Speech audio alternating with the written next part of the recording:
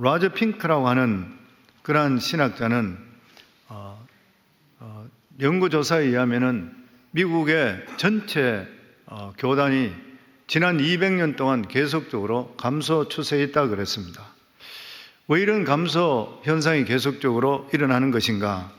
그가 결론적으로 이야기하기를 단순하게도 교인들에게 너무나도 적은 것을 요구하는 목회였기 때문에 그랬다, 이렇게 결론을 내렸습니다.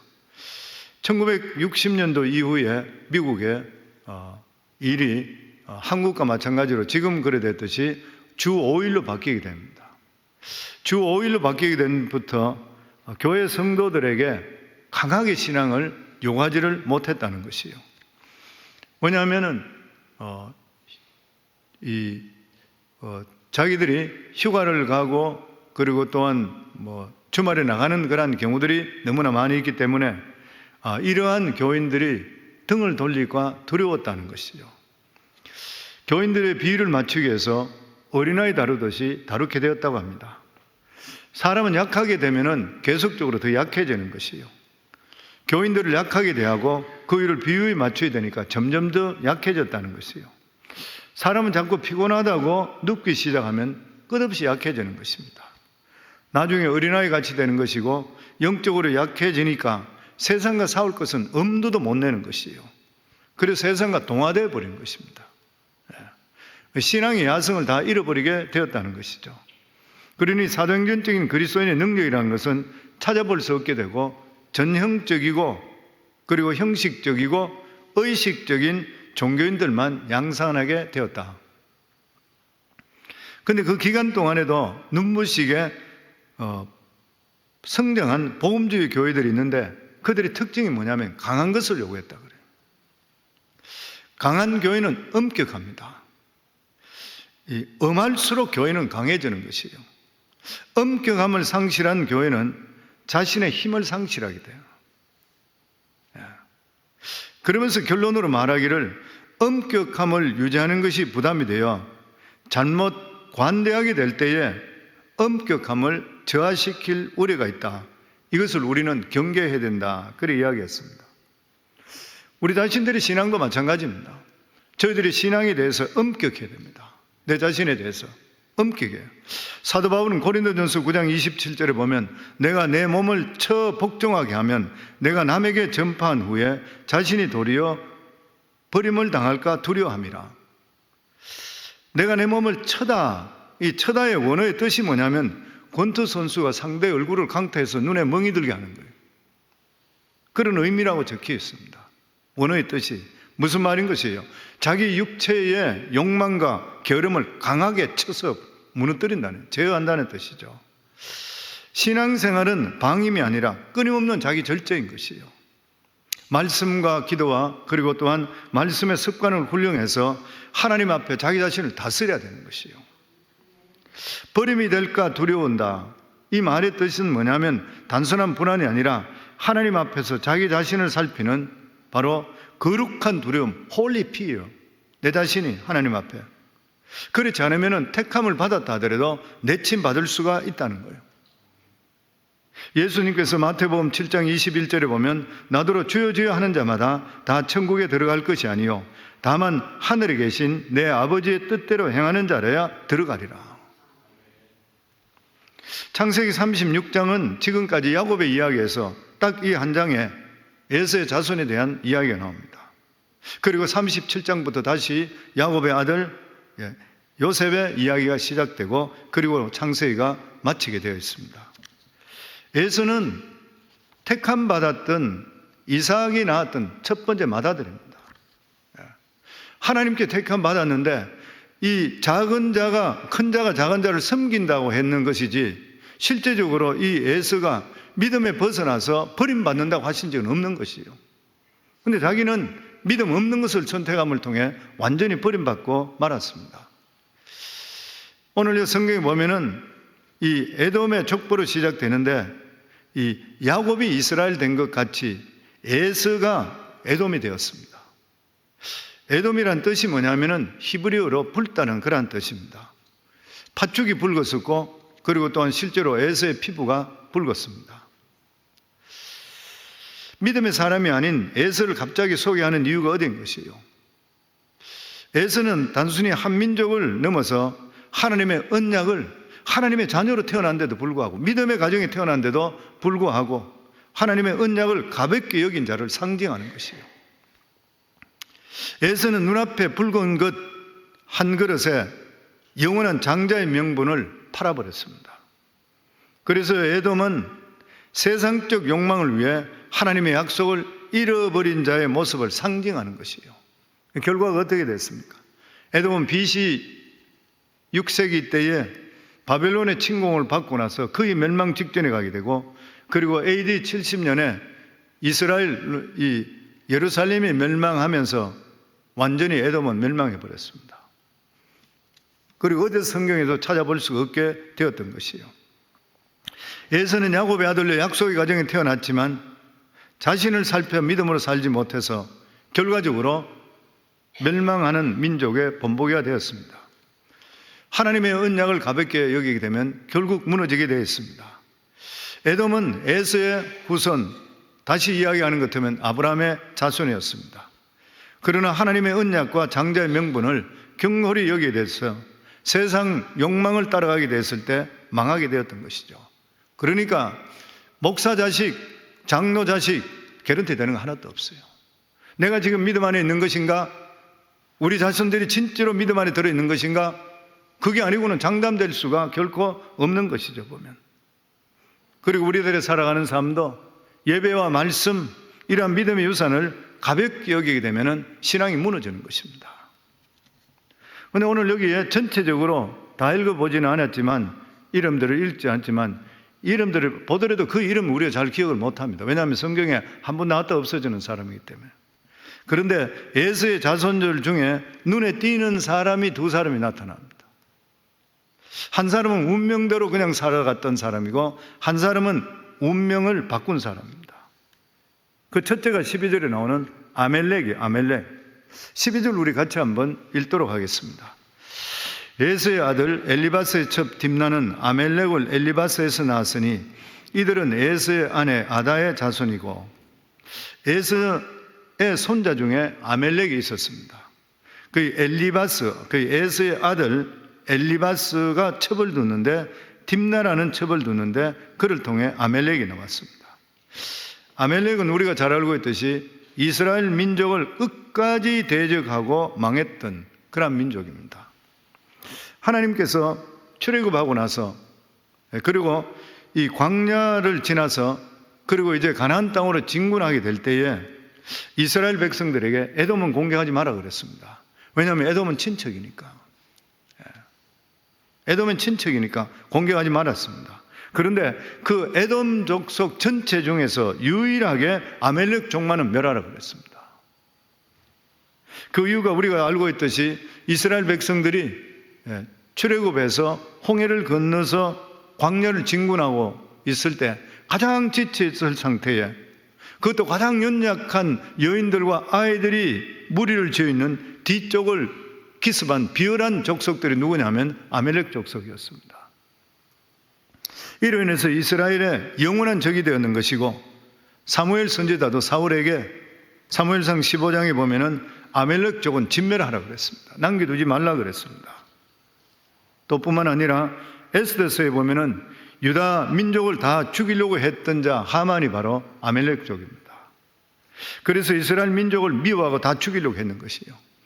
그러나 하나님의 사람 에스더와 그리고 또한 모르드게를 대적한 하만은 어떻게 됐습니까?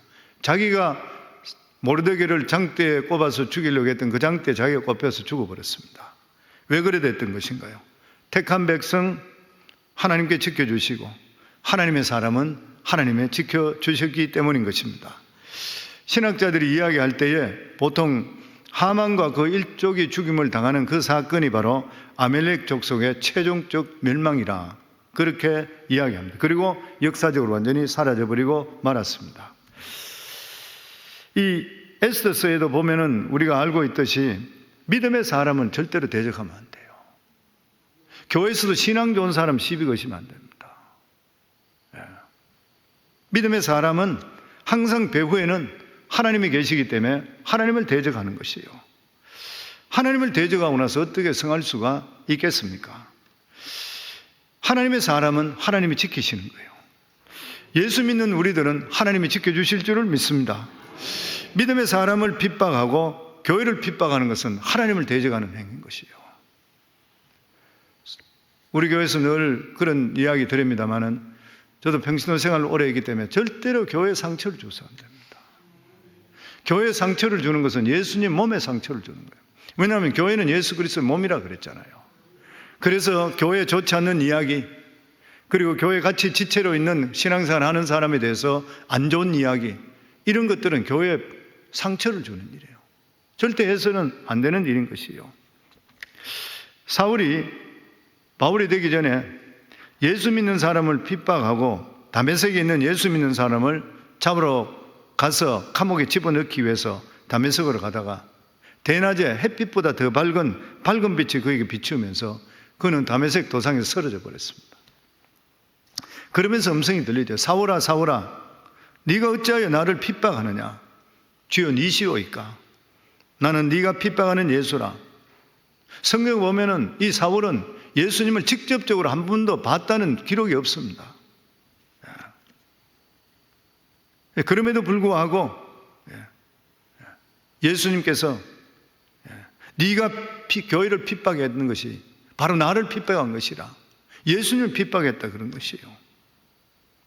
그렇기 때문에 교회를 핍박하는 것은 예수님을 핍박하는 것이고, 예수님의 자녀들을 핍박하는 것은 결과적으로 예수님을 핍박하는 게 된 것이에요. 거기서 사도 바울은 여기서 거꾸로 주고 진짜 위대한 사도가 되었는 것입니다. 교회에 대한 핍박은 예수님에 대한 핍박이요, 주의 백성을 괴롭히는 것은 예수님을 괴롭히는 것이에요. 예수님은 참으시지만 영원토록 참으시는 분은 아니신 것이에요. 주님은 능력이 없고 권능이 없어서 기다리시는 것이 아닌 것이잖아요. 오래 참으시는 것은 한 사람이도 멸망하지 않고 다 주께로 돌아오게 하시기 위해서 우리 다 주님께서 참고 계시는 것입니다. 교회에서 항상 교회는 한 마음이 되어야 된다, 그래 이야기하죠. 물론 모든 이야기할 때 어떤 정상적이고 어떤 전체적으로 이야기하면서 얼마든지 근의가 되고 좋은 이야기가 될 수 있는데, 교회는 절대 야당이 있고 여당이 있어서는 안 된다 그러죠. 교회는 반대파가 있고 파당이 되는 것처럼 사단이 하는 것입니다.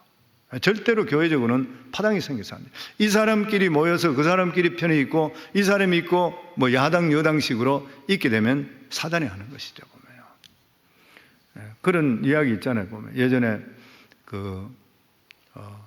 이병희 목사님 설교할 때 들어보니까 그런 이야기 하시는 것 같아요. 유명한 목사님이죠. 어느 교회 가서 자기가 부흥회를 했는데 부흥회를 하고 나서 성도들 은혜를 많이 받았는 거예요. 바깥에 나가서 다 끝나고 나가는 길에 성도 한 사람이 오더니만, 목사님 은혜 많이 받았습니다. 목사님 제가 이 교회 야당입니다 그러더래요.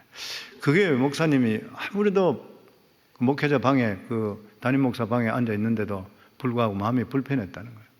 그래서 이제 토요일까지 다 끝나고 주일날 예배가 다시 예배 드리고 나서 끝나고 나서 그 집사를 다시 불렀다고 그러죠.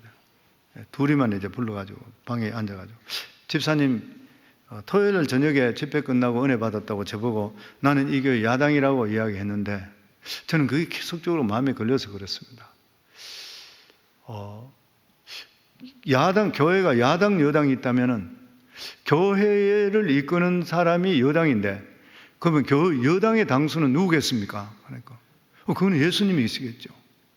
그러면은 야당의 당수는 누구겠습니까? 저는 그 생각 안 했는데요. 예수님께 반대되는 야당은 누구겠습니까? 사단이잖아요. 목사님 저는 전혀 생각 못 했습니다. 나는 그냥 바른 말 한다고 야당 한다고 그랬는데 가만히 생각하니까 나에게 당수가 있었네요. 교회는 절대로 야당 여당 있어서는 안 되는 것이고, 교회는 한 마음이 될 때 하나님께 복을 주시게 되어 있습니다. 우리 교회에서는 지금까지 여당 야당 된 적이 한 번도 없었지만 평생에 우리 성도님들 교회 살아가시고 할 때도 항상 야당하고 싶으면 하나님께 기도로 야당하시면 돼요. 입으로 발설하지 마시고.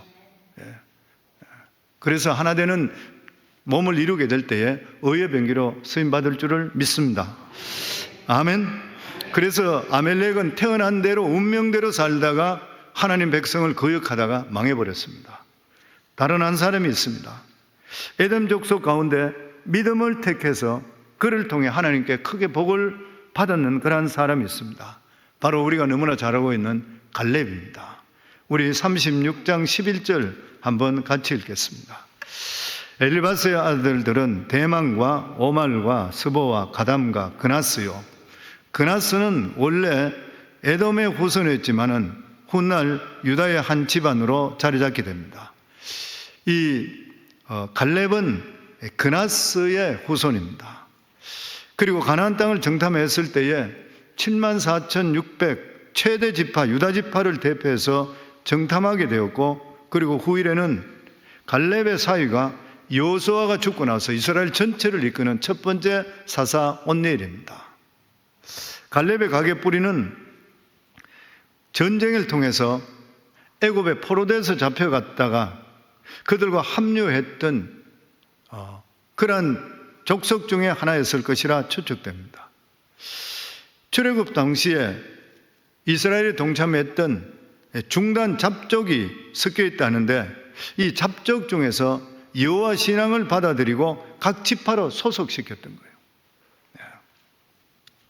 갈렙은 이 그나스의 후손으로서 믿음으로 신분을 뛰어넘은 사람입니다.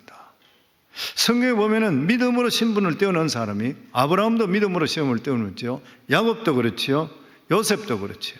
여호수아도 그렇지요. 다윗도 그렇고 야베스도 그렇고 베드로도 그렇고, 이런 사람 다 특별한 사람이 아니었었는데 믿음 때문에 신분을 뛰어넘고 인생이 바뀐 그러한 사람입니다.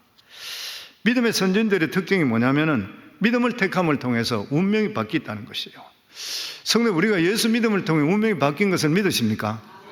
제가 우리 새가족반 지난 주일날에도 마찬가지로 새가족반을 보고 구원의 확신이 다 끝나고 나면 반드시 강조하는 게 있어요. 당신은 돌아보며 당신은 운수대통한 사람입니다. 운수대통했습니다.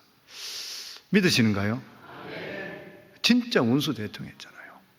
뭐 어릴 때부터 믿음에 젖어서 살은 사람은 잘 모르고 있는데도 중간에 타락했다가, 제가 예수 모르는 사람 타락했는 거죠. 타락했다가 믿음을 가지게 될 때는 정말 이거는 생각할 수 없는 은혜인 것이죠. 믿음의 삶. 우리가 믿음을 통해서 우리 운명이 변화된 줄을 믿습니다. 믿음의 선진들의 특징이 뭐냐면은 믿음을 택함을 통해서 운명이 바뀌었다는 것이에요. 믿음은 눈에 보이지 않습니다. 어떤 사람은 믿음을 눈에 하나님 보여달라 그래 이야기하면 됩니다. 보여주면 제가 믿겠습니다 그래 이야기합니다. 하나님은 영이기 때문에 절대로 볼 수가 없습니다. 더욱이나 하나님께서 설명되고 이해가 된다면 더 이상 하나님이 될 수가 없는 것이죠. 믿음은 이해될 수 있는 것이 아닌 것입니다. 많은 사람이 진리에 이르는 길이 이해되는 줄을 아는 것이에요.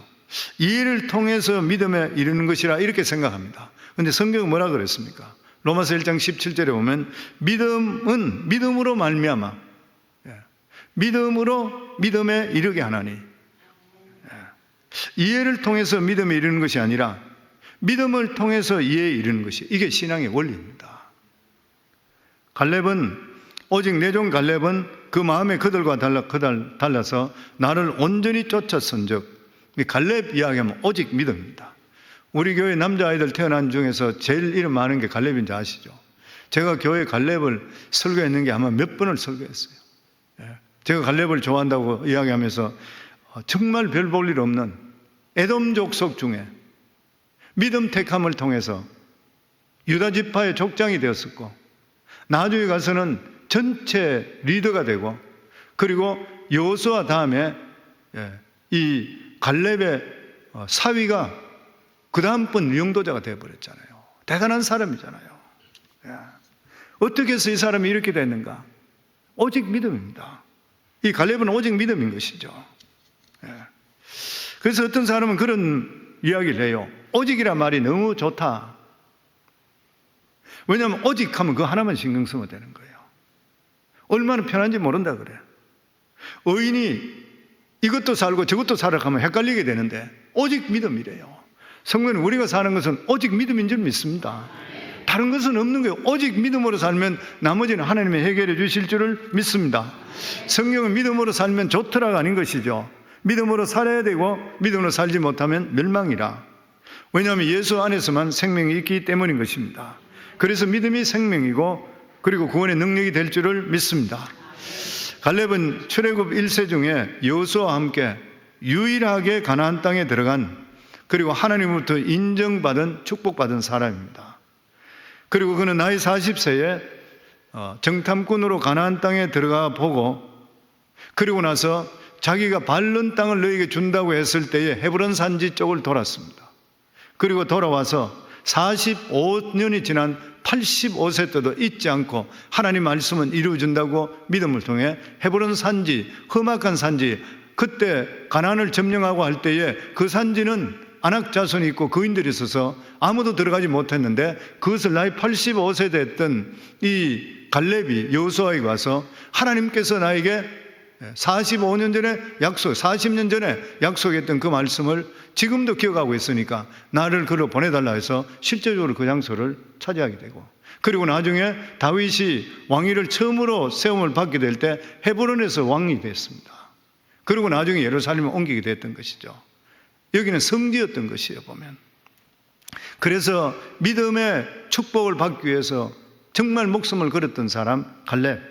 그래서 이 믿음의 사람들의 특징이 뭐냐면은, 첫 번째가, 저는 우리 성도님들에게 이 말씀을 전하고 싶은 거예요. 믿음의 사람의 특징이 뭐냐면 하나님께 믿음적으로 온전히 쫓은 사람. 갈렙 같은 사람은 여호와를 온전히 쫓았으므로 wholeheartedly, 충성스럽게 다 했다는, 이왕 예수 믿는 것, 우리가 하나님이 있다는 것을 알고 천국과 지옥이 있다 그러면 우리가 믿음 생활을 할 때 wholeheartedly 하라는 거예요. 적당히 하라는 것이 아닌 것이잖아요. 적당히 종교인으로 의식적으로 교회만 주일날 왔다가 끝나는 것이 아니라 내 인생 살아가는 모든 삶의 주인과 초점, 우리가 고백할 때 보면 예수 그리스도를 영접하면 내 주인이 됐다 그러면 주인을 wholeheartedly 충성하라는 거예요. 그 말씀입니다.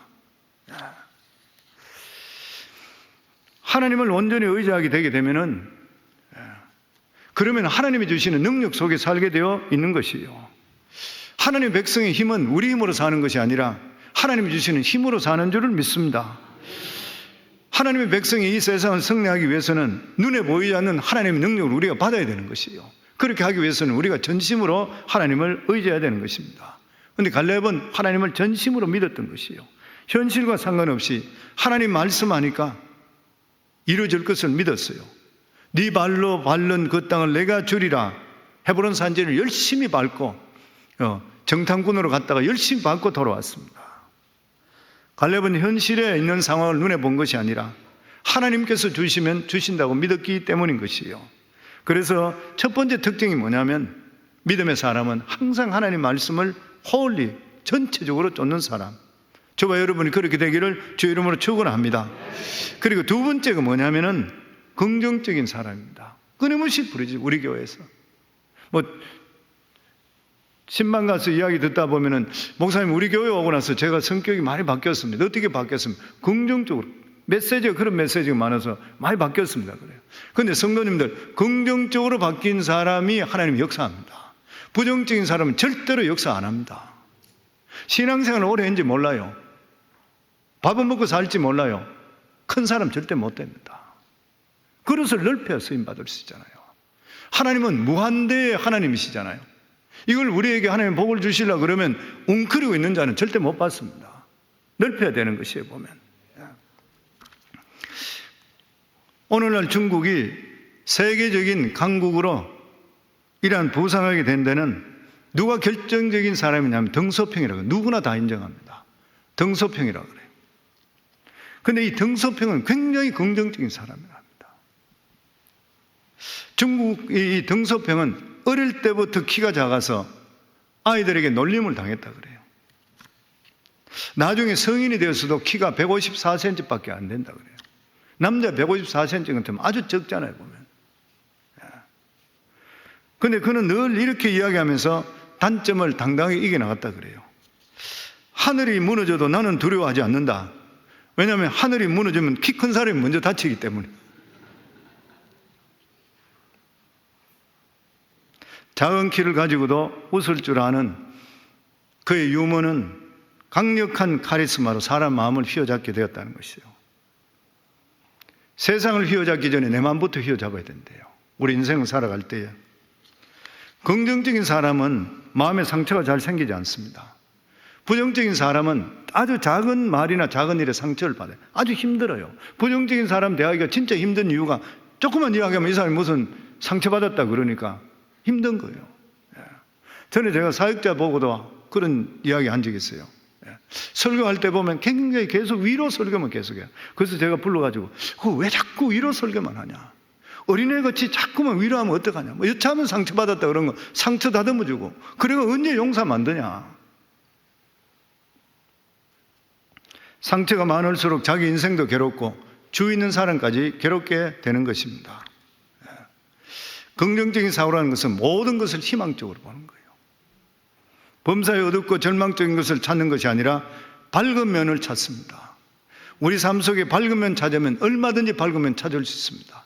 99가지가 안 되더라도 하나 좋은 점이 있으면 그거 붙들고 늘어지면 전체 100개가 다 바뀔 줄을 믿습니다. 어떤 사람은 99개가 좋은 게 있는데도 한 가지 안 좋은 것, 한 가지 그거 붙드는 바람에 부정적으로 바뀌어버린 사람이 있어요. 사람들, 인간들도 인간적으로 대할 때도 그 사람이 한 7가지만, 10개 중에 7가지만 좋은 점이 있으면 그 사람 좋은 사람을 취급하면 돼요. 하나 붙들고 나서 안 좋은 거 붙들고 이야기하고 그러면 안 되는 거지 보면. 우리가 잘 알고 있듯이 12정탐꾼이 가나안 땅에 들어갔습니다. 똑같은 장소에서 똑같은 것을 보고 왔는데 10명은 부정적인 것을 자기들이 느끼는 환경적으로 볼 때 안 되니까 부정적인 것, 여호수아와 갈렙만이 긍정적으로 이야기했습니다. 아니라 저들은 우리가 주시는 하나님 밥이다. 들어가자 그렇게 이야기했습니다. 그래서 그런 말이 있습니다. 이 새파란 안경을 끼고 세계를 쳐다보게 되면 다 새파랗게 보인다. 빨간 안경을 끼고 보면 온 세상이 불타는 빨갛게 보인다. 내 생각이 무엇을 보느냐에 따라서 똑같은 세계를 바라보는데 한 사람은 부정적으로 보고 한 사람은 긍정적으로 보는 것이에요. 부정적으로 바라본 사람은 하나님이 어떻게 했습니까? 열정탐꾼 다 불러내서 그 자리에서 하늘에서 불이 내려서 다 타 죽여버렸습니다. 왜냐하면 그 사람들 때문에 결과적으로 이스라엘 200~300만 명 민족들 와서 결과적으로 광야길에서 20세 이상 왔던 사람 다 죽어버렸다. 다 죽어버렸습니다. 그 사람 따라갔다 같이 했던 이 부정적인 사람 옆에 붙었던 사람 같이 죽는 것이에요 보면. 그래서 어떤 목사님 설교할 때 그래 부부간에 살더라도 한쪽이 너무 부정적이면 차라리 갈라서라 그러더라고요. 저는 뭐 그런 말까지는 안 했어요.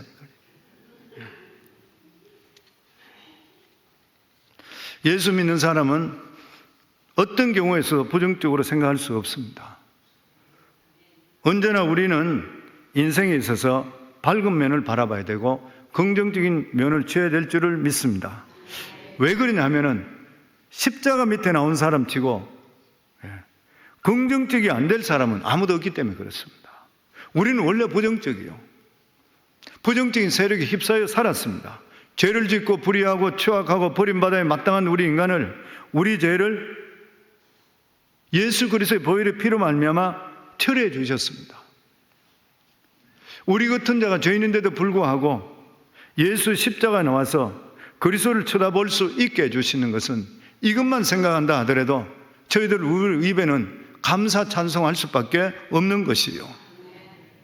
아멘. 더더욱이나 사람들은 나는 능력이 없다 이렇게 이야기하는 경우가 많은데 우리 능력으로 이 세상에 사는 것이 아니고 예수 믿게 된다면 십자가 그늘 밑에 오시게 되면 하나님의 성령을 부어주시게 되어 있는 것이요. 성령은 하나님의 능력인 것입니다.